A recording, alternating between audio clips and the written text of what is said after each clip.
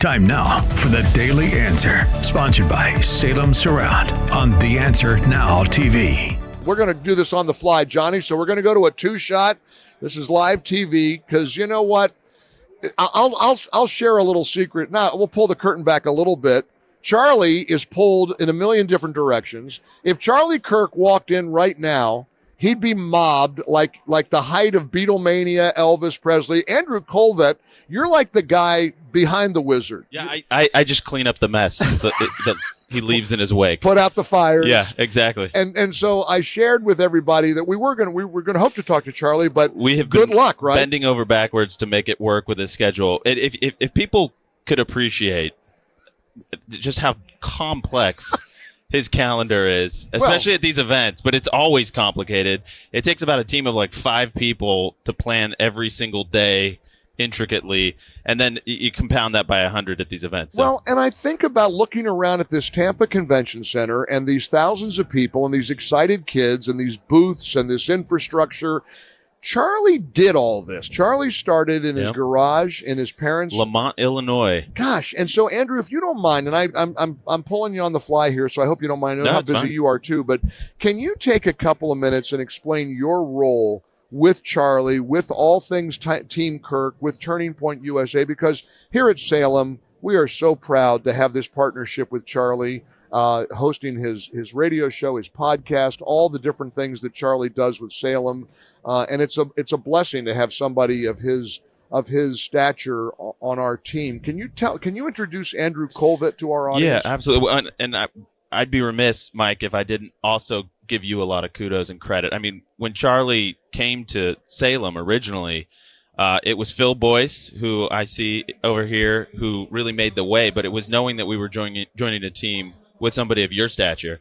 And, you know, obviously Dennis Prager, and we're praying for Dennis and Larry Elder and the whole team. But, I mean, you are a titan in this industry, and we have nothing but the greatest respect for you and what you've accomplished You're here. Really kind. It's fun to get a text once in a while. I can tell that Charlie has the radio on once in a while driving wherever he is in Phoenix, and I'll get a text from him saying, hey, thanks for that shout out. Oh, we watch you all the time. Yeah. I mean, you're part of our show prep. You know, what's Mike talking about? So, yeah, I mean, my name is Andrew. I've got sunglasses on here. My name is Andrew Kolvet. Yeah, I'm the executive producer of the Charlie Kirk Show. I'm also the spokesman when Charlie's not doing it for Turning Point USA, Turning Point Action. And yeah, I mean, my role, you know, from booking the show, making sure the business is working, making sure that the audience number is growing. I mean, I'm really in the weeds, trying to make sure that we're headed in the right direction. And obviously, there's a big editorial place in that role as well. And we've got a great team of producers, and we're just trying to absorb the news of the day, make sense of it. Some of it can be really complex. Some of it is understanding where your base is at. But it's a full-time job. You never sleep, and it's a lot going on between the radio show as well as the activism part and reaching out to these young people, making sure Gen Z is headed in the right direction. And you are often called upon, Andrew, to be sort of the as you said, the spokesman for Charlie. You know, and Charlie gives quotes all the time, but a lot of times they'll go to you and they'll say, "Well, Andrew says on behalf of Turning Point USA, on behalf of Charlie Kirk," because Charlie, like it or not, has become a movement. This is something that I cannot overstate. People don't recognize the enormity of what Turning Point USA has done in America. Legacy Media gives Charlie and the group credit for turning young people to conservatism. Legacy Media, the New York Times, gives credit to Charlie for quite likely being a big part of the reason Donald Trump got reelected. Well, I mean, there's you mentioned New York Times, and so part of my role is kind of overseeing some of the press that Charlie does do. We say no to 98% of it. But I was involved in kind of shepherding that New York Times Magazine piece that I think the title was Charlie Kirk Youth Whisperer. But it was a great piece. Well, no, it was a great piece. It turned out pretty good. The author was Robert Draper, who's a phenomenal writer. I mean, he's one of the top talent at New York Times. And he's a fair journalist. I mean, say what you will about the New York Times. I try in my role, I have to take each reporter as they come. So right. I judge them not based on the masthead or the publication. I judge them on the character of the reporter. And Robert's a good man. But you had to make a calculated decision there. Yeah, I mean, listen, that could have gone real south. I won't bore you with how long how many hours we put into that piece, me specifically, and Charlie's as well. But I mean, it was a big piece. I mean, because it's very thorough. And when you're dealing with an outlet like the New York Times Magazine, it's very thorough. A lot of fact checking is involved, and a lot of like checking with sources. So when you open that Pandora's box, you understand that you're basically saying, New York Times, we know you're going to call like 58, 65 people. You're going to call people from Charlie's high school experience. Sure. You're going to call his parents. You're going to associates, former employees. You sort of embrace that. But when you talk about Charlie's role in the election, Turning Point's role in the election, I mean, there was actually a really fascinating detail from that story, and I didn't know this before Robert Draper called TikTok to fact check it. But we found out that Charlie's TikTok was the third most engaged, most influential TikTok in the entire country for the election. Wow. And let me put this in perspective for you.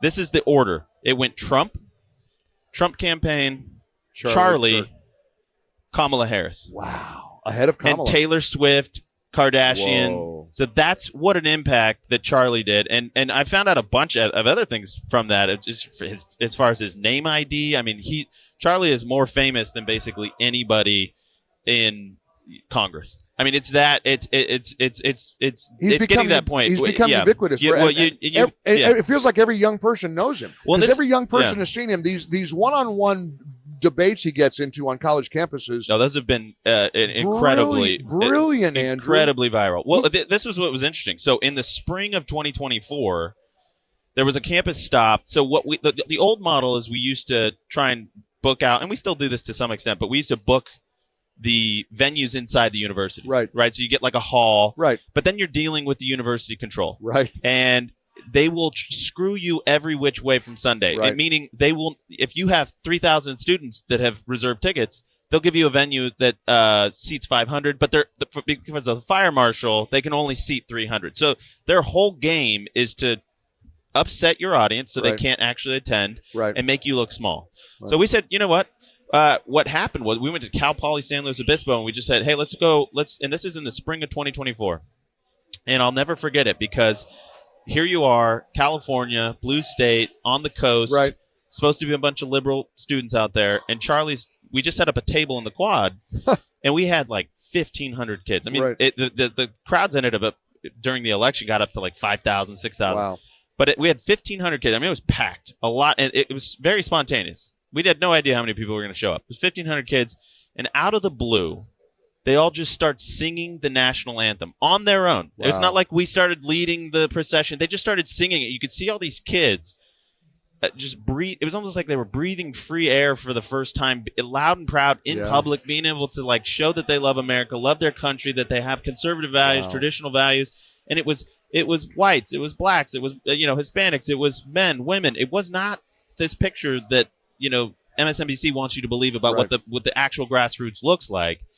And I told Charlie, we ended up putting that clip on social and it went really viral. And I told Charlie, I said, something's happening. He's like, I can feel it too. Something is happening. Because if you think about when we started this and there was, 12 kids that would show up to a tabling, it was Charlie and like 8 protesters and 2 staffers, it was like now the protesters are so outnumbered they don't even show up and they don't even try. And to see what happened from a polling standpoint, it was the biggest move of any age cohort to the right in the country. And by the way, boomers went to the left a little bit. So like had the kids not showed up, we'd be looking at President Kamala Harris. Well, and these one-on-one debates that he does, you got a microphone in the crowd, you got one of these crazy blue-haired kids that's going to come up and try to argue with Charlie. It's very organic, Andrew, because people see these videos and they're everywhere now. They're ubiquitous. Yeah. And when they see them, he's winning more and more people over as they see it. Well, they expose themselves. Yeah. And Charlie does a great. In fact, that's the last time I got a text from him. I said, have you ever noticed Charlie always seems to be eating something when he does those things? And he wrote me, he said, ha, ha, ha, you're right. I'm always popping lozenges because he's got to talk so long. So, I mean, if you're a fan of the Charlie Kirk show, you might remember, and I'll never forget this day. So we had Megyn Kelly booked on Charlie. We were going to do a whole hour with Megyn Kelly. Right. But he'd just gotten done with a couple campus stops, and he had given a couple speeches, plus his radio show. His voice was gone. Right. Gone. I mean, and when I say gone, it wasn't just like raspy. couldn't speak at all. When he spoke as loud as he could, it was a whisper. Yeah.